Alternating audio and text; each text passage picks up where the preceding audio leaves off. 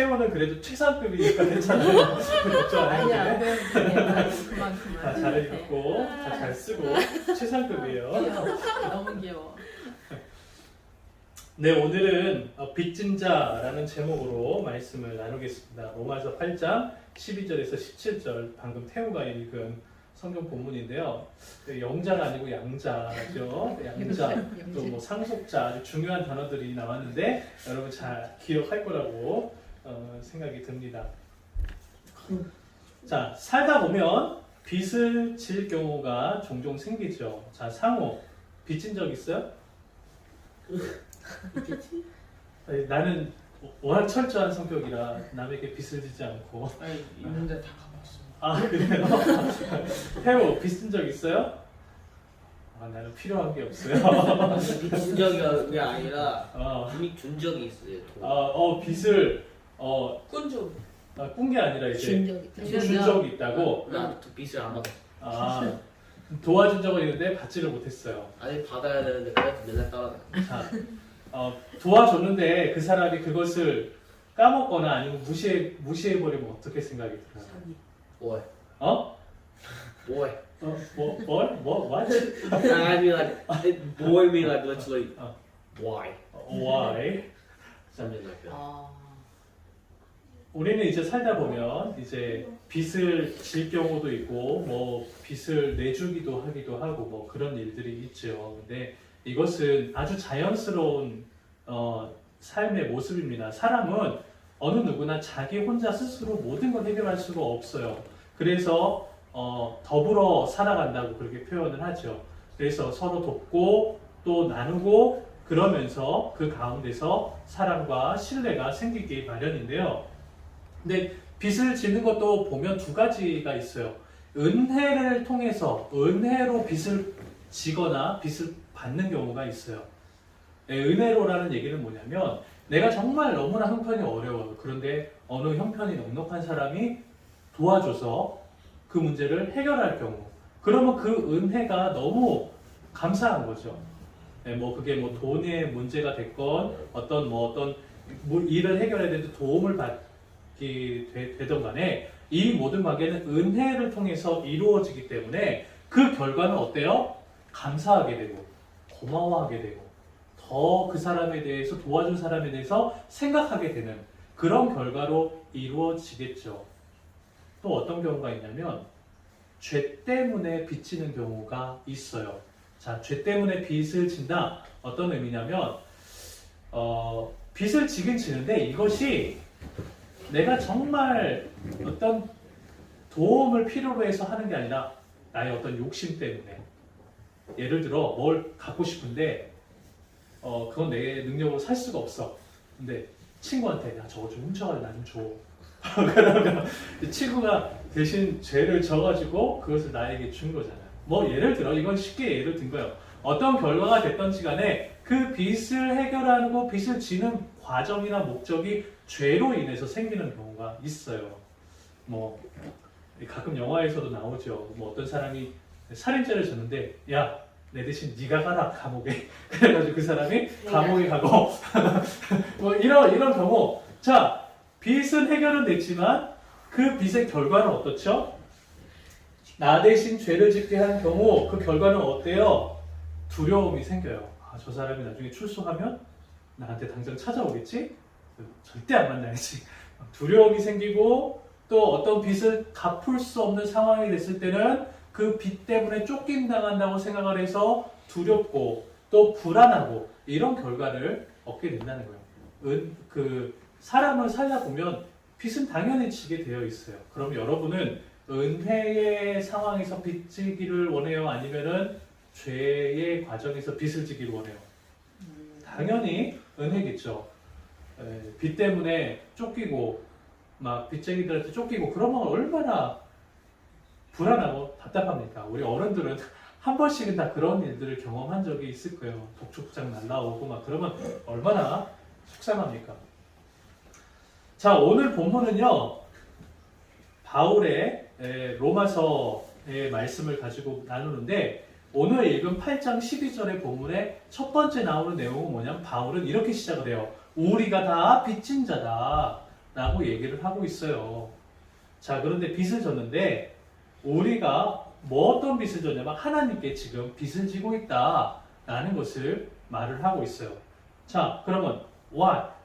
우리가 하나님께 무슨 빚을 도대체 졌다는 말입니까? 그러니까 그 예수님이 그 돌아가셨으니까 그거 거기에 그런 거겠죠. 아, 너무나 잘 알고 있어요. 거기에서 이제 뭐 그 다음에 뭔데?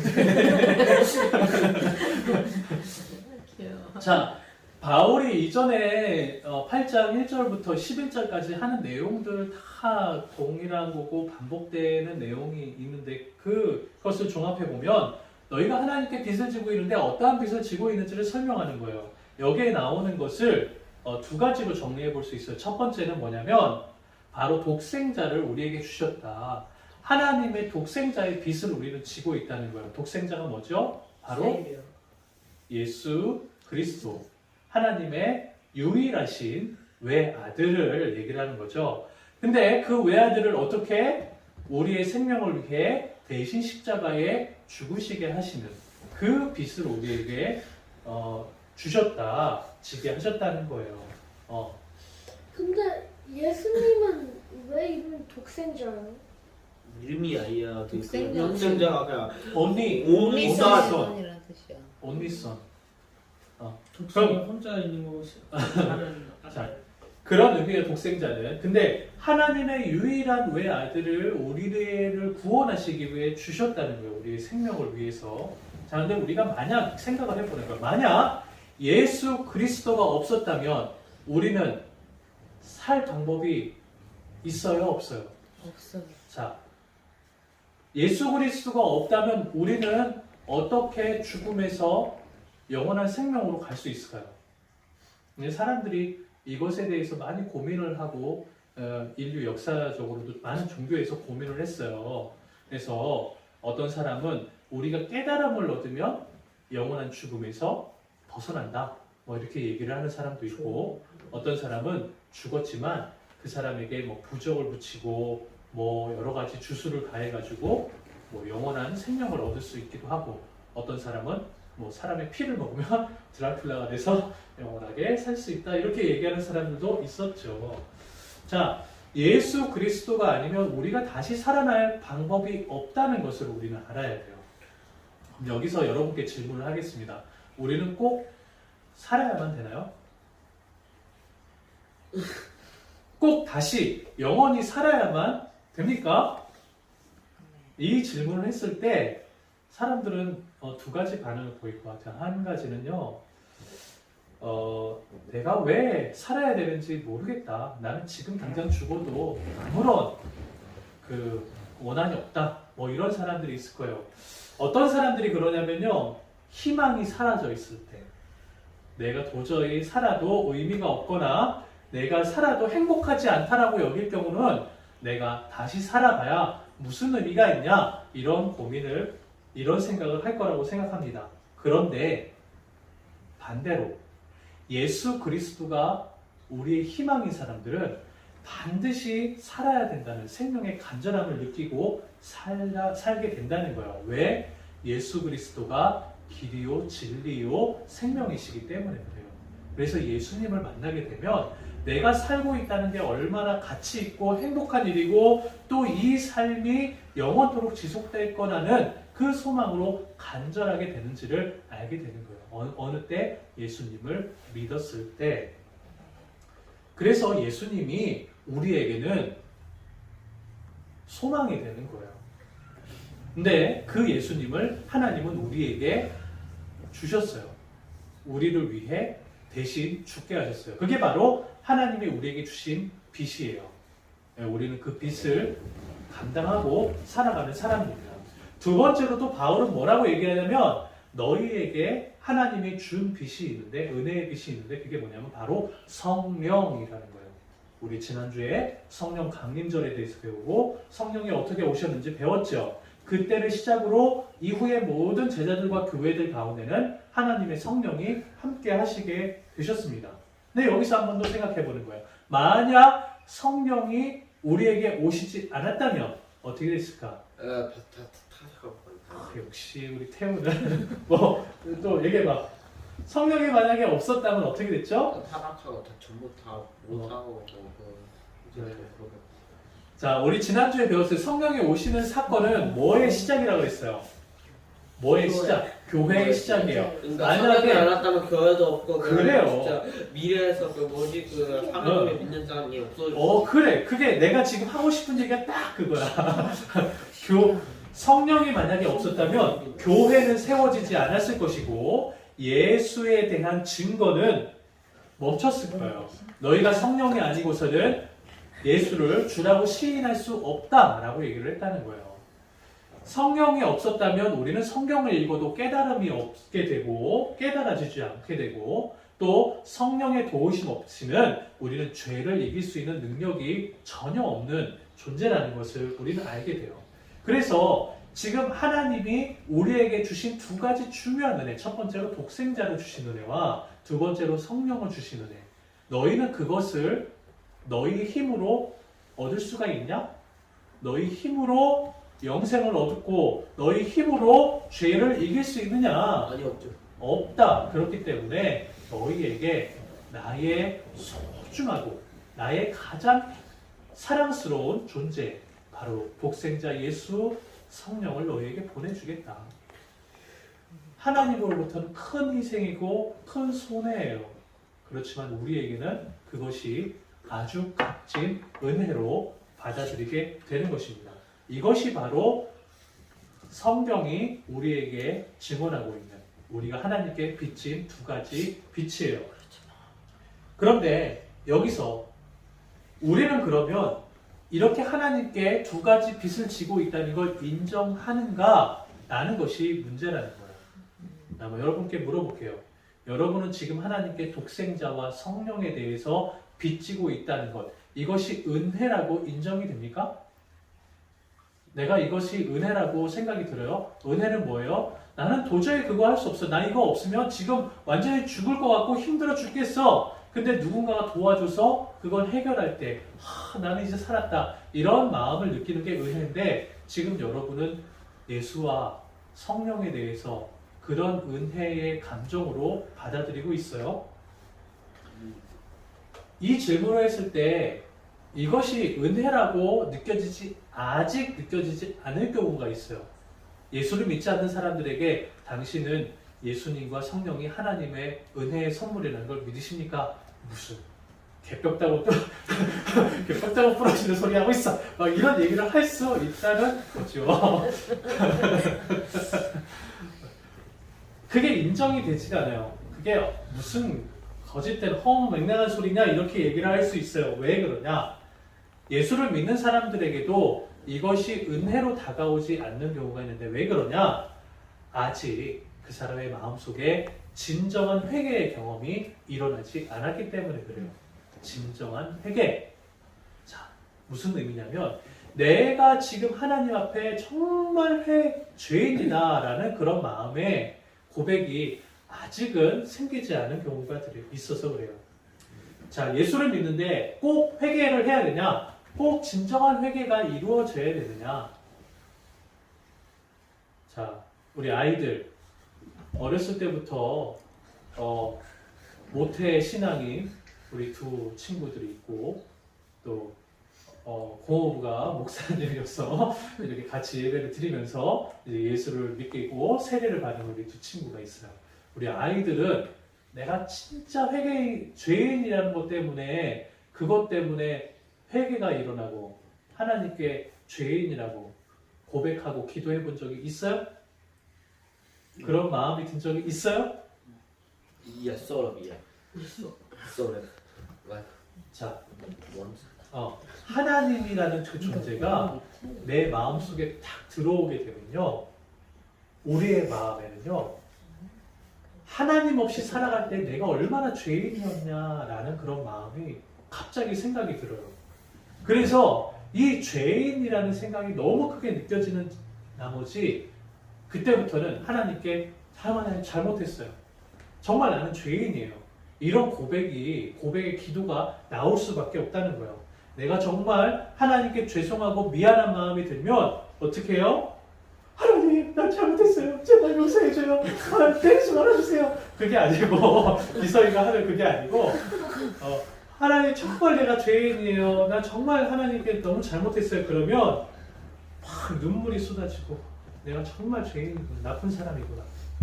그렇게 눈물이 쏟아지며 콧물이 쏟아지고 침까지 흘리게 되는 그 상황에 기도를 드리게 된다는 거예요. 여러분 막 슬퍼가지고 눈물 흘린 적 있어요? 엄마한테 맞을까봐 무서워가지고 눈물 흘리는 거 말고 진짜 슬프고 진짜 정말 절망스럽고 후회가 돼서 흘리는 눈물이 있어요. 그럴 때는 막 오열을 합니다. 막 울어요. 그냥 눈물 나고 콧물 나고. 저는 제가 진짜 친한 베스트 프렌드가 31살에 죽었어요. 이 친구는 젊었을 때부터 원래 좀 등치가 있었는데 고혈압이 있었어요. 혈압이 되게 높았어요. 근데 그거를 젊으니까 건강검진을 안 했죠. 그러니까 나는 괜찮다 싶어가지고 그랬는데 어느 날 이 친구도 정비 일을 했거든요. 근데 막 현장에서 일을 하는데 막 어지러운 거예요. 병원에 가서 진료해 보니까 혈압이 높다고 약을 먹으라고 알겠다고 처방전 받았는데 까먹은 거야. 약국에 가서 약을 사야 되는데 안 산 거야. 근데 어느 날 힘들게 일을 하고 집에 왔는데 밤에 갑자기 뇌에 혈관이 터지면서 뇌출혈로 죽었어요. 방에서. 근데 그 이야기를 듣고 너무나 다 놀랐죠. 아니 이렇게 젊은 나이에 어떻게 그런 일이 있을 수 있냐고. 친구들이 다 장례식장에 갔습니다. 근데 친구의 이름을 부를 때마다 막 왜?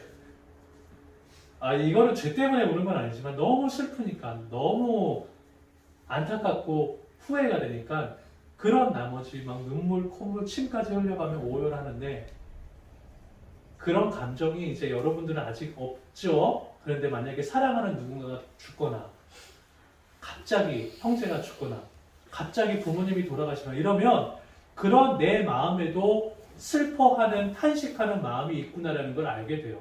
근데 회개의 감정이 그렇습니다. 하나님께 내가 정말 죄인이라는 걸 느끼면 정말 이 내 자신이 얼마나 후회스러운가라는 걸 알게 되고 하나님께 죄송하다고 죄인이라고 고백이 이루어져요. 이런 고백의 경험이 있다 보면 그때부터는 예수님이 들어오게 됩니다. 예수님이 정말 나에게 이런 은혜를 베푸셨구나 라는 것을 깨닫게 돼요. 자, 예배는 뭐냐면 그런 예수님이 우리에게 하신 일들을 기념하고 고백하고 다시금 내가 죄인이라는 것을 하나님께 회개하는 그 시간이 바로 예배인데 근데 지금 이 예배 때 여러분들 막 울고 그러지 않죠? 왜? 사람들이 많으면 좀 쪽팔려, 창피해. 그리고 막 이렇게 막 밝은 상황에서는 여러 사람과 함께 있을 때는 막 벙벙 우는 거는 또 예의가 아니죠. 그래서 그 교회에서는요, 뭐 금요 철야 예배를 한다거나 새벽 예배를 한다거나 하나님과 개인적인 시간을 가질 수 있는 그런 시간들을 갖습니다. 그때 이제 고백하는 거, 하나님 정말 내가 잘못했습니다. 내가 죄인입니다. 그렇게 하면서 고백 기도도 하고 회개의 기도를 하고 그래서 새벽 기도, 철야 기도 같은 데 가면 휴지가 막 이렇게 많이 있죠. 이유가 다 그런 거예요. 하나님한테 솔직한 경우에만 이런 경험들이 이루어집니다. 자, 회개의 경험이 아직 없다면 특히 우리 은성이, 기성이 모태신앙은 특히 그런 경우가 많아서 그래요. 회개의 경험이 없다면 여전히 하나님께 대한 미안한 감정이 조금도 없어요. 그래서 교만하다라는 말을 모태신앙 친구들이 많이 받습니다. 은혜를 모르는 사람이라고 말을 할 수가 있어요. 자, 이걸 은혜에 대해서 좀 설명하면 이걸 좀 예를 들어 볼게요. 길을 가다가 길바닥에 똥이 있는데 내가 모르고 그걸 지나가고 있어요. 밟을 상황이 됐는데 누군가 막 와가지고 착 밀어버렸어. 그러면 딱 피했지. 똥을 안 밟았지. 다행이지. 근데 갑자기 그래서 왜 밀어? 근데 문제가 뭔지 아세요? 그냥 밀었다가 머리가 먼저 땅에 부딪히면 왜 밀어? 막 이렇게 막 그러면 자, 아니 그냥 말하면 되죠. 뭔데 밀어? 그렇게 막 화내고 막 욕한다. 그러면은 그거는 그 사람이 은혜를 모르는 거야. 자기를 지금 똥에서 그럼 구해줬는데 이러면 되잖아요. 아니 거기 앞에 똥 있어. 갑자기 왜 밀어? 그거를 지금 모르고 있는 상황에서 있는 거야. 그랬는데 막 그걸 화내고 그 사람한테 막 욕하고 그러면 얼마나 그 어리석어요. 은혜를 알아야 몰라. 모르는 거죠. 자, 제가 우스갯소리로 똥을 얘기를 했는데 자, 이게 진짜 똥이 아니라 구덩이나 지뢰, 밟으면 터져 죽이는 그런 지뢰나 만약에 그 사람이 죽을 상황에서 그 사람을 구해주기 위해서 만약에 이렇게 했다고 한다면 이건 정말 은혜죠. 근데 그런 은혜를 모르고 왜 밀어? 네가 뭔데? 이렇게 되면 은혜를 모른다고 볼 수 있는 거예요. 하나님께 빚을 진다는 것도 바로 이런 거예요. 하나님이 우리를 구원하시기 위해 그 일을 행하셨는데 우리는 그 의미를 몰라요. 그래서 어쩌라고? 예수를 왜 줬는데? 그게 나랑 뭔 상관인데? 하나님의 은혜를 모르고 살아가는 경우 그렇습니다. 이것을 깨닫는 순간이 바로 성령이 임하실 때예요. 성령이 임하셔서 너희가 죄인이라는 걸 알게 하시고 예수를 그리스도라고 고백하게 하신다 라는 거죠.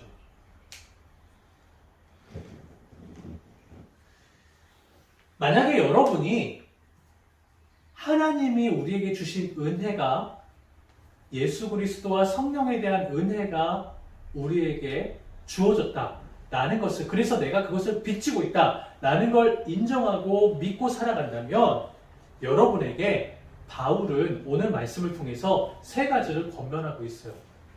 하나님의 빚을 인정하고 믿고 살아가는 사람들에게 바울은 오늘 세 가지로 설명을 하고 있는데, 권면하고 있는데, 첫 번째가 뭐냐면요, 하나님의 빚을 인정하는 경우는 그러면 여러분들 육신과 싸워서 이기십시오, 그 얘기를 하는 거예요.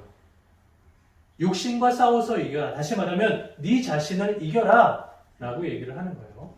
자, 육신과 싸워라 라고 하는데, 육신 뭐죠? 우리의 바디. 자, 우리 바디하고 어떻게 싸워? 막 자기를 막 때리면서 싸워요? 자, 육신과 싸워라. 구체적으로 말하면요, 몸의 행실 그리고 욕구들과 싸워라 라고 하고 있어요. 몸의 행실은요, 기본적으로 십계명에서 말하고 있는 이웃을 향한 죄의 행실을 말하고 있어요. 살인, 간음, 도둑질, 거짓말하는 거, 부모를 공경하지 않는 거. 예수님은 여기에다가 사랑하지 않는 것도 너희의 몸의 행실에 죄를 짓고 있는 거다 라고 덧붙이고 있어요. 여러분, 십계명의 이 말씀을 죄라고 여길 때, 이것이라고 죄라고 생각할 때 여러분 어떻게 생각해요? 나 당연히 죄인 아니지. 난 살인도 안 하고 간음도 안 하고 도둑질도 안 하고 거짓말은 조금 하고 살다지만 거짓말도 안 하고 부모님 공경하고 이웃도 사랑하고 나는 너무나 죄인 아니야. 떳떳하게 살고 있어. 이렇게 생각할 수가 있는데, 그런데 예수님은요, 우리에게 어떤 사람이 죄인이냐면 마음으로 짓는 죄까지도 죄다라고 말하고 있습니다. 마태복음 15장 18절에 마음으로 짓는 죄에 대해서 이렇게 말하고 있어요. 악한 생각과 살인과 간음과 음란과 도둑질과 거짓 증언과 비방이 바로 너희 마음에 있는 죄의 모습이다 라고 얘기하는 거예요. 자, 난 지금까지 한 번도 악한 생각을 해보지 않고 간음하지 않고 살인하지 않고 미워하는 거죠. 미워하지 않고 도둑질하지 않고 거짓말하지 않았다 라고 하는 사람이 있어요, 없어요? 그럼 인간이 아니에요. 인간이 아니지. 그러면 그런 인간을 보고 뭐라고 얘기해요? 완벽한 인간. 아니지, 죄인이라고 얘기해야지. 진짜 진짜 죄를 안 짓고 아무것도 안 짓는 죄 그러면 진짜 완벽한 거지만 그렇게 그런 완벽하지 인간은 않아요. 예수님. 그런 인간은 예수님밖에 없다는 게 성경이 말하는 거고, 그런 마음에 죄를 저지른 모든 사람을 보고 예수님은 죄인이다. 그런데 이 죄의 성품들이 우리 마음속에 다 존재하고 있다는 걸 예수님은 깨닫는 거, 워닝하는 거예요. 그래서 너희 마음속에 그런 죄의 유혹들이 있지, 그것을 끊고 이겨내라. 바울은 그래서 너희가 그 마음에서 일어나는 죄를 행하는 몸의 행실과 그 마음의 욕구들을 싸워 이겨내라. 그것이 바로 하나님께 비친 자들이 행해야 되는 첫 번째 노력이다 라는 거예요. 하나님께 빚을 졌습니까? 그러면 몸의 행실, 마음의 유혹으로부터 싸워 이기십시오. 왜냐하면 하나님의 빚을 졌기 때문에 여러분은 그 빚을 갚아나가야 돼요. 뭘로? 하나님께 돈 줘요? 뭐 하나님께 하나님 나 성경 많이 읽었어요. 그래요? 뭘로? 회개하고 또 그런 죄를 짓지 않기 위해 싸워라.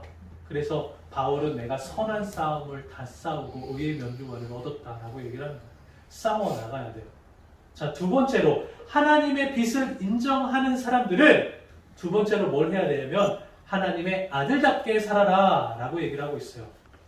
하나님의 아들이라는 표현이 나오는데 하나님의 아들이 되었다라는 이 말은요, 하나님의 성령을 통해서 거듭나고 또 성령과 함께 살아가는 것을 의미를 해요. 자, 우리 성령 강림주일 이후에 우리는 성령에 대해서 배우고 있죠. 자, 성령을 경험하고 성령을 받은 사람들을 보고 하나님의 아들이다 라고 지금 얘기를 하고 있는 게 로마서 8장 1절에서 11절까지 이야기들이에요. 너희가 하나님의 영을 받았냐? 그럼 하나님의 아들이 되었다 라는 것을 말하고 있어요. 또 요한복음을 기록한 요한은요, 요한복음 1장 12절에 뭐라고 얘기하고 있어요? 예수님을 영접하는 자, 곧 그 이름을 믿는 자들에게 뭐라고 얘기하죠? 하나님의 자녀가 되는 권세를 주었다. 자, 하나님의 자녀, 아들이 되는 거는요, 성령을 받은 자와 또 예수 그리스도를 믿는 자를 얘기를 하고 있어요. 이 둘은 다 연관성이 있어요. 예수님을 믿는 것으로 하나님의 자녀가 되는 거예요. 자, 성령은 예수님을 증언하여서 우리가 죄인됨을 고백하여서 예수님이 우리의 구주라는 걸 고백하게 하고 믿게 하여 결국 하나님의 자녀가 되게 하도록 도우시는 역할을 하십니다. 그리고 예수님은 나를 따르는 자에게 내가 너 안에 거하고 너희는 내 안에 거한다. 예수님은 우리와 함께 살아가신다고 말씀하셨고 성령 하나님을 통하여서 그 우리와 영원히 함께 사는 것을 이루어 가셨어요. 이 모든 게 바로 성령을 통해 이루어지셨습니다. 그래서 예수를 믿는 사람들 마음속에 성령님이 살아계신다는 것을 기억해야 되는 거예요. 이게 바로 성령이 우리를 도우시는, 우리를 위해 일하시는 모습입니다. 자, 하나님의 자녀가 되었다는 걸 여러분 믿으십니까? 여러분은 지금 하나님의 자녀예요. 그럼 바울은 여러분이 하나님의 자녀가 되고 하나님에게 빚을 졌냐? 그러면 아들답게 살아가라. 하나님의 아들답게 세상에 살아라. 그렇게 얘기를 하고 있어요. 자, 하나님의 아들, 하나님의 자녀, 그리고 하나님과 자녀는 어떤 관계냐면 자녀는 부모를 통해 뭘 하죠? 배워요. 자녀는 부모에게 배워요. 그래서 부모님의 생각, 부모님의 세상을 이해하는 수준, 습관, 태도 다 보고 배우는 게 부모와 자녀와의 관계이죠. 그래서 자녀는 부모의 거울이다 라는 그런 말까지 나오게 돼요. 자, 이 말의 모습처럼 하나님과 우리와의 관계도 우리는 하나님의 거울이 돼야 되는 거예요. 그래서 여러분을 통해서 하나님의 성품이 드러나고 여러분을 통해서 하나님이 증거되는 일을, 그 사명을 감당하는 게 하나님의 아들답게 살아가는 모습이에요. 세상의 사람들의 모습과 달리 여러분에게는 하나님의 사랑과 거룩한 성품과 착한 마음이 존재하고 그런 모습으로 살아간다면 사람들은 야, 너는 진짜 하나님 믿는구나. 너는 진짜 예수님을 믿는 사람이구나. 이런 이야기를 듣게 되는 거예요. 그게 하나님의 아들로 이 세상에 살아가는 모습입니다. 또 자녀는 어떻죠? 부모를 의지하죠. 자녀는요, 부모님이 제공해주는 집과 또 음식과 또 모든 환경 속에서 살아가요. 그래서 자녀들이 가장 편안할 때는 부모님이 함께 있을 때 편안하죠. 물론 이제 사춘기가 되면 엄마 아빠 빨리 나갔으면 좋겠는데 이런 생각을 할 수도 있어요. 그렇지만 그건 그냥 잠시뿐이지 진짜 여러분의 존재 속에는 부모님에 대한 존재는 얼마나 의지가 되는지 몰라요. 만약 부모님이 세상에 안 계시고 돌아가시거나 더 이상 만날 수 없는 상황이 되었다고 해보세요. 그럼 여러분은 마음에 큰 실망감과 허탈감과 상실함이 들어오겠죠. 불안함이 생기고. 그래서 힘든 일이 있을 때마다 부모님을 만나고 부모님께 전화하고 통화하고 대화하고 이게 그 마음의 위로를 얻는데 얼마나 큰 힘이 되는지 모릅니다.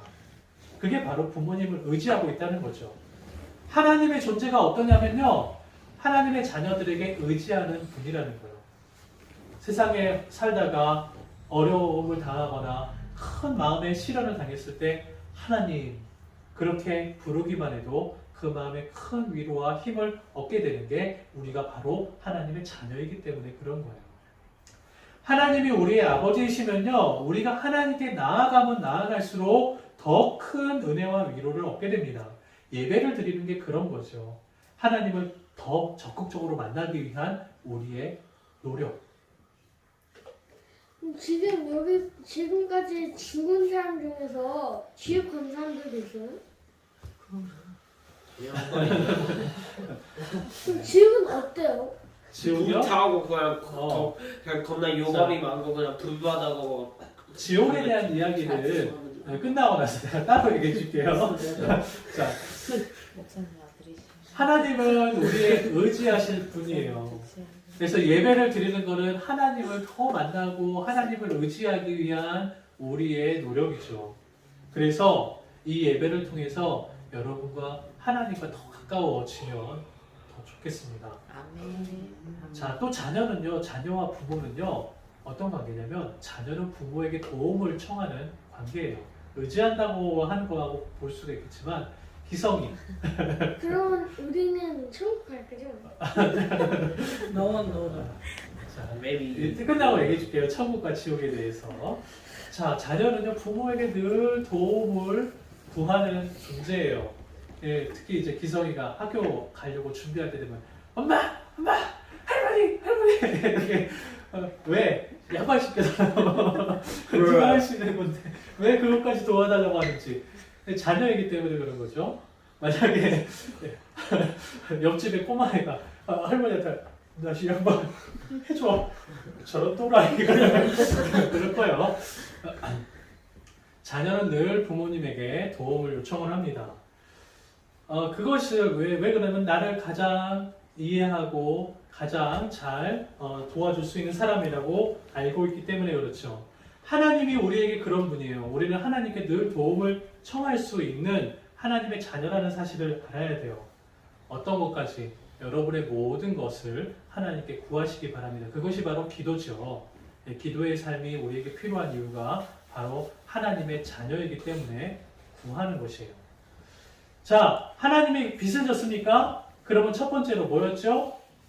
선한 싸움. 선한 싸움. 육체를 싸워 이겨라. 두 번째, 하나님의 아들답게 살아라. 자, 세 번째는 뭐라고 얘기하냐면 하나님의 빛을 인정하고 살아간다면 고난을 견뎌 이겨내라 라고 얘기하고 있어요. 자, 바울은 예수님을 믿는 사람들에게 하나님의 아들이 된다라고 얘기를 했어요. 근데 왜 하필이면 아들이야? 딸이 되면 안 돼? 우리 여성분들은 하나님의 딸 될 수도 있는 거잖아.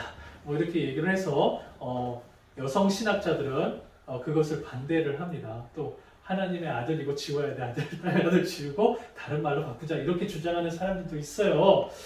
자, 이걸 차별이라고 생각할 수도 있는데 왜 아들이라는 표현을 썼냐면 이거는 뭐 이걸 구분하기 위해서 한 게 아니라 당시 문화 속에 유산, 부모의 유산을 물려받는 사람들이 있어요. 아들들이 물려받았어요. 그래서 그 당시의 문화 속에서 부모의 유산을 상속받는 상속자의 개념으로 아들이라는 표현을 썼다는 거예요. 근데 요즘에는 어때요? 요즘은 상속을 누가 받아요? 아들, 딸 상관없이 모든 자녀들이 받죠. 그래서 성경에 바울은 또 그 다음에 아들이라는 표현 이후에 너희가 하나님의 자녀다. 자녀면 하나님께 상속받는 게 있다라는 것을 지금 얘기하면서 그 상속이 뭐냐라는 거를 17절에 이렇게 얘기를 하고 있어요. 자녀이면 또한 상속자 곧 하나님의 상속자요 그리스도와 함께 한 상속자니 우리가 그와 함께 하나님께 영광을 받기 위하여 고난도 함께 받아야 한다라고 얘기를 하고 있어요. 자, 상속을 받는데 예수님이 상속받으신 것처럼 너희도 상속받는 게 있는데 그게 뭐라고? 고난. 그게 바로 고난이라고 얘기하고 있어요. 여기서 말하는 고난은 바로 예수 그리스도의 십자가를 얘기를 하고 있죠. 예수님의 죽음은 하나님께 영광을 돌리는 죽음이었어요. 이것은 이단이나 무슬림들처럼 자살폭탄 테러를 하면서 개인의 영광을 높이기, 명예를 높이기 위해 하는 그런 영광과 다르죠. 십자가의 죽음으로 죄인을 위한 하나님의 구원을 이루시기 위한 그런 고난이 바로 예수님이 받으신 고난이었어요. 우리가 예수를 믿으면서 받는 핍박과 손해와 또 희생을 경험할 때가 있는데 이거는 이미 예수님이 말씀하셨어요. 너희가 나를 믿는 것 때문에 세상으로부터 핍박을 받을 거다. 그런데 그것 때문에 염려하지 마라. 이것은 하나님께 영광이 된다. 그것을 예수님이 가르쳐 주셨고 또 몸소 보여주셨죠.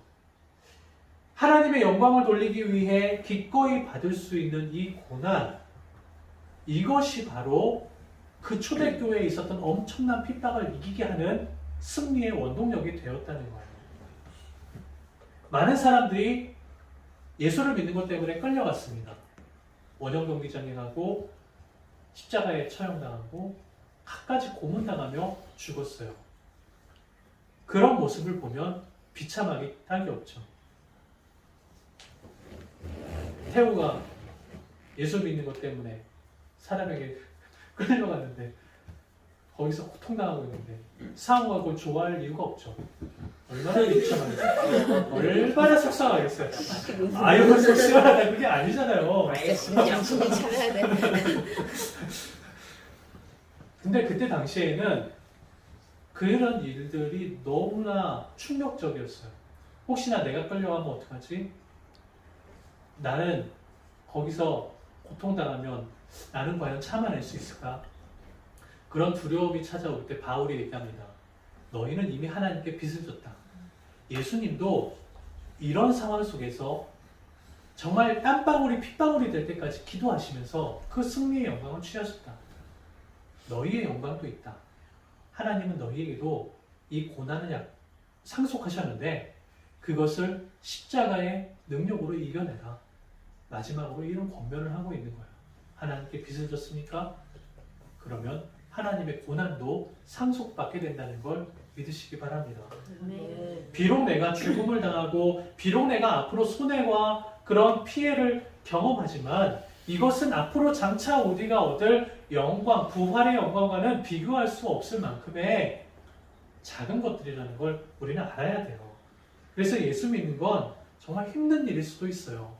손해볼 때도 있고 또 욕먹을 때도 있고 또 막 나의 것을 또 베풀고 그렇게 해야 될 때도 있어요. 그러나 이것은 이미 예수님이 우리에게 말씀하셨고 우리가 능히 감당할 수 있을 그리고 내가 너희와 함께 이겨낼 수 있을 일이라는 것을 우리가 기억하고 주님의 그 십자가의 사명을 여러분 감당해 나가시기를 주님의 이름으로 축원합니다. 오늘은 빚진 자에 대해서 말씀을 나눴어요.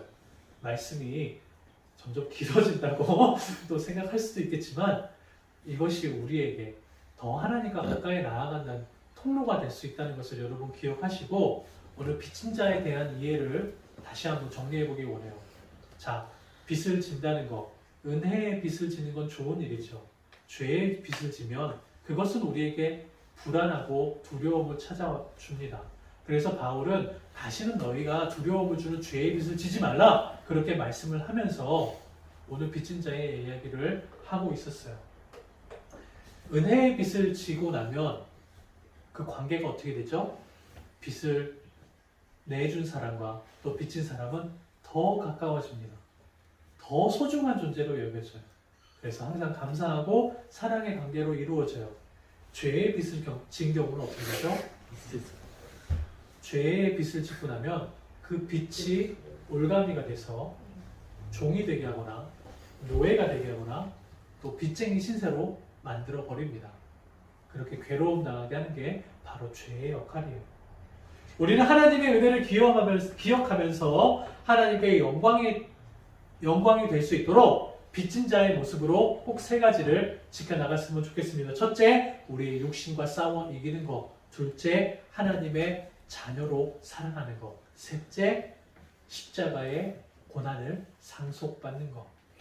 이렇게 하면서 하나님께 영광을 돌리는 우리 모든 생명나무 식구들이 될 수 있도록 주님의 이름으로 축원합니다. 기도하겠습니다.